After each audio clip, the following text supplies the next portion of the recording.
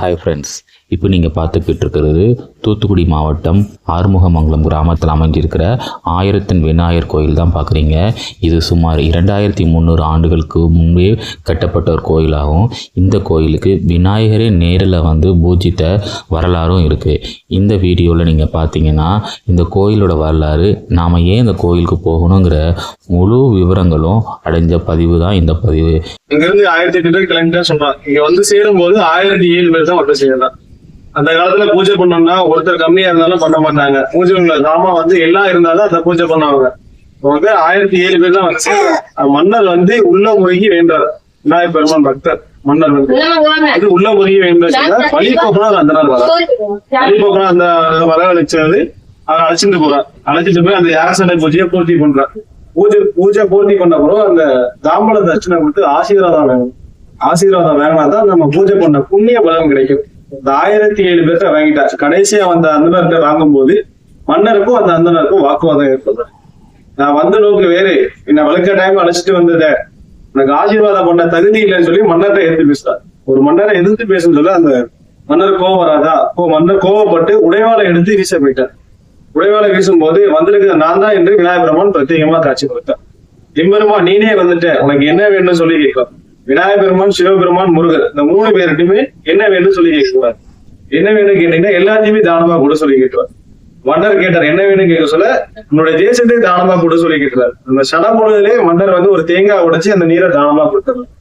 அப்போ அந்த தேசம் யாருக்கு சொந்தம்? விநாயகர் பெருமானுக்கு சொந்தம். இந்த தேசத்துல பூஜை பண்ண புண்ணிய பலன் விநாயகருக்கு சேர்றது.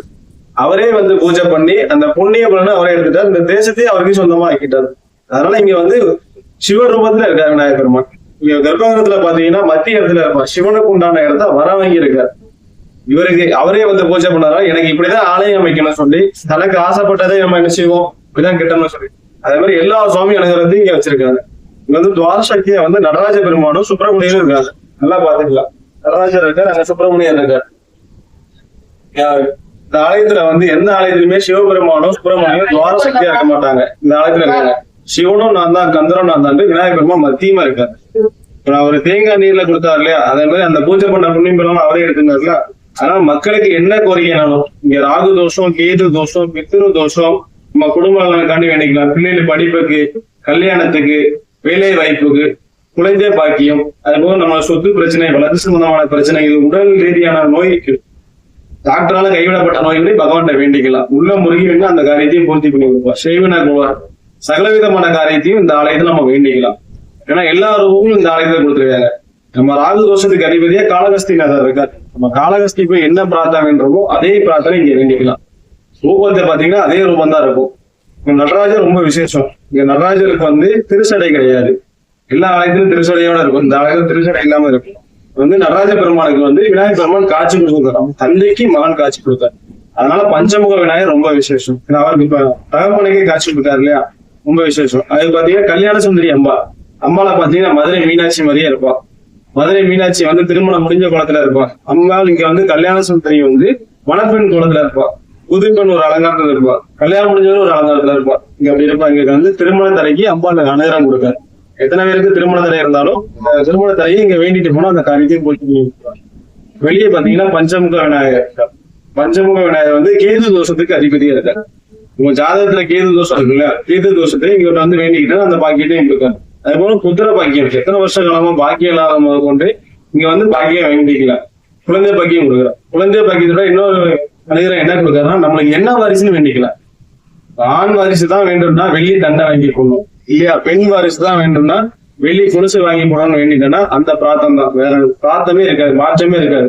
இவர் வந்து சண்முகருக்கு நிகரானவர். சண்முகருக்கு என்னென்ன பூஜை புரஸ்காரம் நடக்கும் அனைத்து விதமான பூஜையும் இவருக்கு நடக்கும். ஏன்னா ஒரு ஆலயம் தோன்றதுக்கு முன்னாடி தோன்றித்தலாம். திருச்செந்தூர் தேசமே தோன்றாததுக்கு முன்னாடி இந்த ஆலயம் தோன்றப்பட்டது. அப்போ வந்து இந்த ஆலயத்துல ஆகம விதிப்படி இந்த ஆலயம் ரொம்ப பழமையான கோயில். இங்க என்னென்ன பூஜை புரஸ்காரம் நடக்கும் அனைத்து விதமான பூஜை புரஸ்காரம் திருச்செந்தூர்ல நடைபெற்று இருக்கு. அங்க வந்து டெவலப் ஆயிடுச்சு, இங்க டெவலப் இல்லாம இருக்கு, கிராமத்துல இருக்கு இல்லையா. அதனால பகவான் அனுகிரகம் கொடுத்துட்டு இருக்காரு. இப்போ தான் வந்து விநாயகர் பெருமான் வந்து ஒரு சிவாலயத்துல என்னென்ன உண்டோ அனைத்து அம்சமும் இந்த ஆலயத்துல உண்டு. நம்ம சிவாலயத்துக்கு நம்ம போறோம், அவர் அனுமதி இல்லாம நம்ம தரிசனம் பண்ண முடியும். நம்மளுக்கு என்ன வந்துச்சு, எல்லா மக்களுக்கும் தோணுச்சு.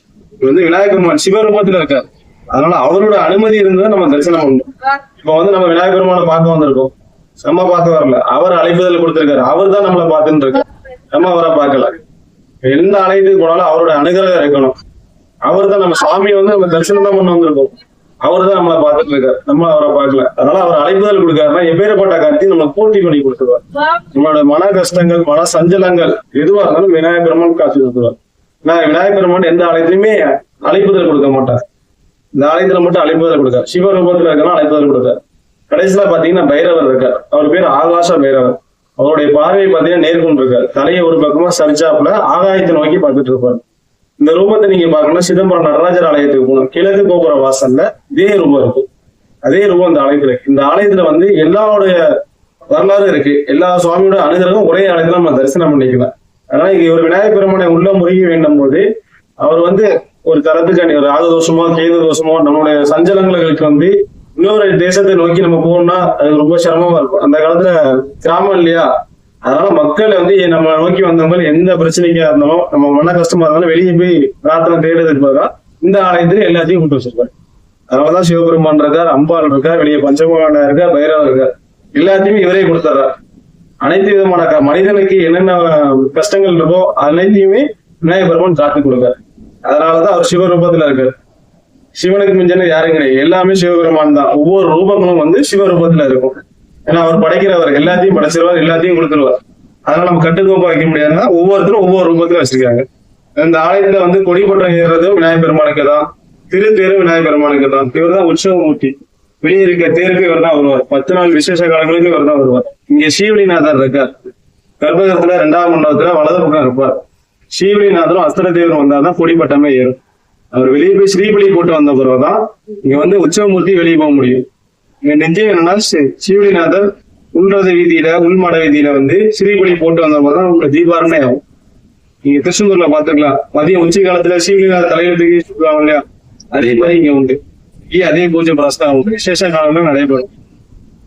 10 நாள் திருவிழா உண்டு. மதுரையில கொடியேறும், அதுக்கு மறுநாள் இங்க கொடியேறும். அழகர் ஆத்துல இறங்க முந்த நாள் இங்க தேரும். அந்த அழகரை வந்து தேர் கடாட்சம் பார்த்துட்டு போறதா இன்னும் வேற ஐதீகம் இருக்கு. இதான் தென்மதுரையா தேசம். கடல் இல்லைன்னா இதுல இருந்து ஒரு 5 கிலோமீட்டர் கடல் இல்லை. நம்ம குறுக்கே பாலபுத்திரமும் இதுல இருந்து ஒரு 5 கிலோமீட்டர் தான். அப்படிங்க சொல்ல ஆமாமா கடல் தான்மா. இங்க இருந்து பாத்தீங்கன்னா எல்லாமே கடல் தான். 5 கிலோமீட்டர். அப்ப திருச்செந்தூர் தேசமே கடலுக்குள்ளதான் இருந்துச்சு. இந்த ஆலயத்துல இருந்து இங்கதான் வந்து என்ன செய்ய வணிக தலைமை நடைபெற்றது. ஷிப்பிங் ஹார்பர் இப்ப தூத்துக்குள்ள இருக்குல்ல, சென்னையில இருக்குல்ல, அவங்க முதல்ல தோன்றியது இங்கதான்.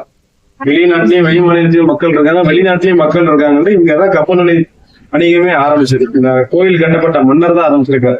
அதுக்குள்ள இது பெரிய தேசமா இருந்திருக்கு. இங்க இருந்து வணிகம் பண்றதுக்கு இங்கதான் வராங்க, இங்க இருந்தா வெளியே போறாங்க.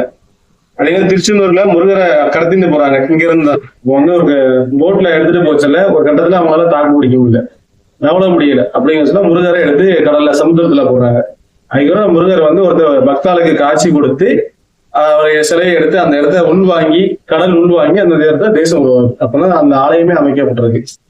அதனால இங்க எப்பேற்பட்ட காரியத்தை நம்ம பூர்த்தி பண்ணிக்கலாம், முழு மனதோட வேண்டிக்கலாம். அங்க வந்து முருகப்பெருமான் வந்து தந்தைக்கு பாடம் சொல்லி கொடுக்கார். இங்க வந்து விநாயகர் பெருமான் வந்து தந்தைக்கு மகன் காட்சி கொடுக்கார். சிவபெருமானுக்கு வந்து இங்க விநாயகர் பெருமான் காட்சி கொடுக்கார், பிரத்யேகமா காட்சி கொடுக்கார். அதனால இங்க மாதம் சங்கடகர சதுர்த்தி ரொம்ப விசேஷமா நடக்கும். சங்கடகர சதுர்த்திக்கு வந்து 2 தேங்காய், திருமணம் தடை, குழந்தை பாக்கியம், மிச்ச சகலவிதமான காரியத்துக்கும் நீராஞ்சன விளக்கு, தேங்காய் விளக்கு போடுவாங்க. அந்த விளக்கு போட்டு 2 தேங்காய் வச்சு பிரார்த்தனை பண்ணி வச்சுட்டு போனீங்கன்னா அந்த காரியம் எப்பேற்பட்ட காரியம் பூர்த்தி பண்ணிக்கலாம். புத்திர பாக்கியத்துக்காண்டி வேண்டானா அன்னைக்கு ஒரு நாள் வந்து நீராஞ்சன விளக்கு போகணும். 2 தேங்காய் வந்து கணவன் தம்பதி சேகரமா வந்து வேண்டிக்கணும்.